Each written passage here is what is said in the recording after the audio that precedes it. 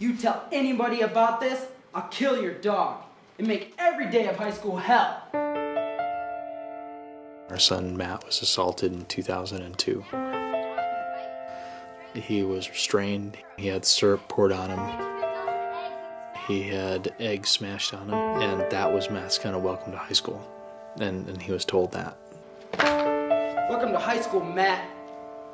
And unfortunately, he took his life 40 days later.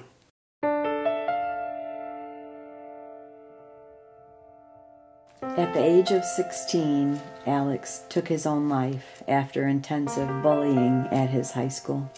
I go to school and you're there. I go home and you're there. If we're playing for students 6th through 12th grade, they want to see reality because that's what they're living in. The boys at school call me ugly every day. It brings a lot of things to the surface. Don't throw around words like faggot, like they have no effect on me. And there's a lot of troubled kids, you know. I turn to cutting. We have to bring it to the surface so that way everyone can see the soreness and then in that know exactly what they need to do to help heal, to help others heal. This is raw. this is real. This is the Bully Side Project. Why do you make me wanna die?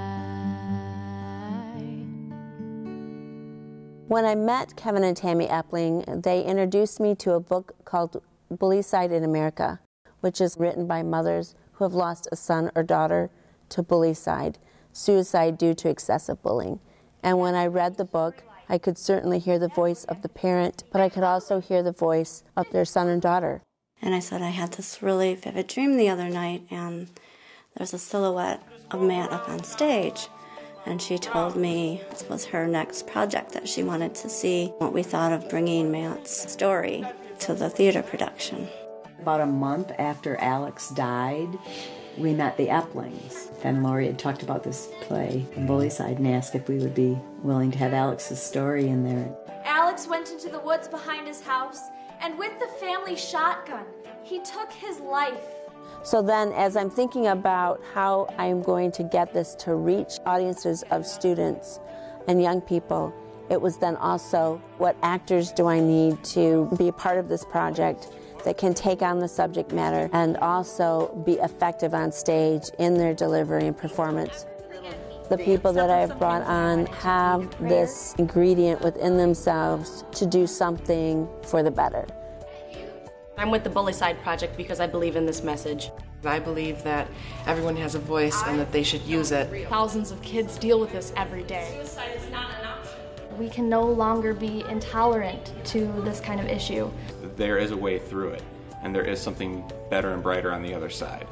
I have people who support me in telling my story. I thought that was so powerful that other students saw the damage that they were causing to each other. When I saw that she was able to do that, I think she was going to be a force to be reckoned with.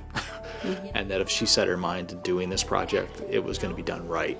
From day one, when we met Lori, we knew we would trust her totally with our story.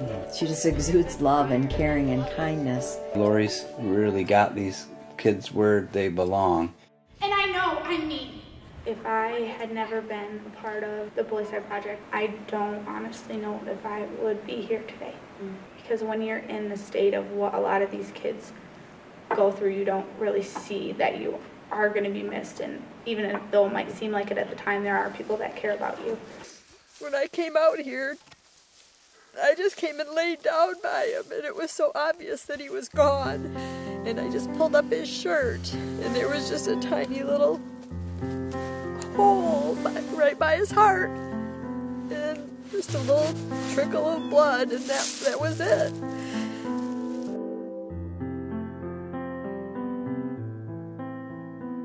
We're doing this for a reason, and that reason is, as hard as it may be on our worst day for us, where we don't think we can do it anymore, we don't think we can hear these stories anymore, we don't live it. These parents have to wake up and live it every day for the rest of their life. I am tormented by this tragedy every waking moment. We all question if this is something we can continue to do. Now it's year 2, and we're missing the first time. And then as soon as we question it and we go and perform and a young person stands up and says, finally someone is saying what I've been trying to say all along, then we know. A complete stranger will harass me because I look a little different. The boys at school will tell me that I'm ugly. And I'll begin to believe it. My life is just too hard. My peers were relentless. This is really going to open the eyes of those students, and they're going to want to do something.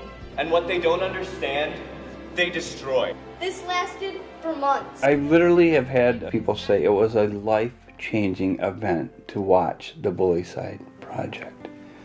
And that's the beauty of life. I think that I just love people. We have to see the light. Ta-da! So then when we hear about the death, we get the full understanding. Please don't ever forget me.